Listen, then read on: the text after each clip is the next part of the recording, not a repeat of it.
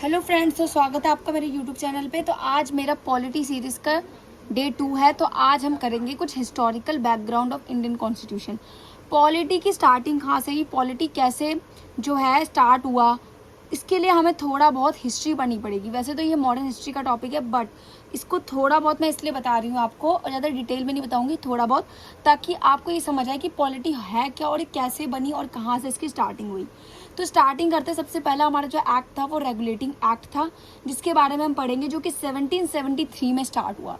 अब 1764 में सबसे पहली बात तो बैटल ऑफ बक्सर जो हुआ था, जहाँ जिसमें जो बंगाल, बिहार और उड़ीसा की जो दीवानी राइट्स थी, जो कि दीवानी राइट्स क्या होती है, जो टैक्स वसूली करने का जो अधिकार होता है ना, वो हमारे कंपनी ऑफिसर्स के पास चला गया था। मतलब वो जो है इन तीनों स्टेट्स के जो टैक्स थे वो कंपनी ऑफिसर्स जो है वसूल करते थे।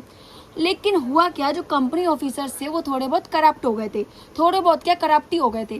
वो क्या करते थे, वो प्राइवेट शॉप्स वगैरह अपने जो है चलाने लग गए थे। गवर्नमेंट के साथ वो बिजनेस को मिक्स करने लग गए थे। करप्शन क्राइसिस, जिस वजह से बंगाल में फमाइन आ गया था। तो इस वजह से इन सबको रोकने के लिए जो ब्रिटिश पार्लियामेंट थी, जो इनकी हेड थी, कंपनी ऑफिसर्स की जो हेड थी वो ब्रिटिश पार्लियामेंट थी, उन्होंने एक लॉ पास किया था जिसको रेगुलेटिंग एक्ट कहते हैं। एक तरीके से ये एक एक्ट था जो उन्होंने पास किया था 1773 में, ताकि ये जो कंपनी ऑफिसर जो करप्शन कर रहे थे इसको रोकने के लिए। उन्होंने ये कहा कि अब कोई भी कंपनी ऑफिसर्स अपना प्राइवेट जो है शॉप्स नहीं चलाएगा। तो इस वजह से उन्होंने रेगुलेटिंग एक्ट स्टार्ट किया। इसमें क्या हुआ, उन्होंने एक पोस्ट को क्रिएट किया जिसको कहते हैं गवर्नर जनरल ऑफ बंगाल। अब ये गवर्नर जनरल ऑफ बंगाल जो था, इसमें 4 मेंबर काउंसिल्स के थे और एक गवर्नर जनरल, यानी 5 मेंबर्स थे इसमें। और पहले जो था, इसको पहले बोलता था गवर्नर ऑफ बंगाल, अब यहाँ पे जनरल एक्स्ट्रा वर्ड लग गया तो गवर्नर जनरल ऑफ बंगाल हो गया। तो फर्स्ट गवर्नर जनरल जो था वो हमारा वॉरेन हेस्टिंग था, जो कि पहला था, ये एग्जाम्स में पूछा जाता है।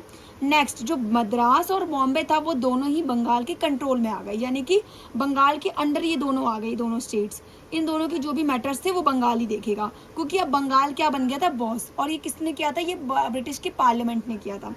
जो फर्स्ट सुप्रीम कोर्ट, ये भी पता पूछा जाता है, कलकत्ता था 1774 में, और जिसमें एक चीफ जस्टिस और 3 जजेस थे।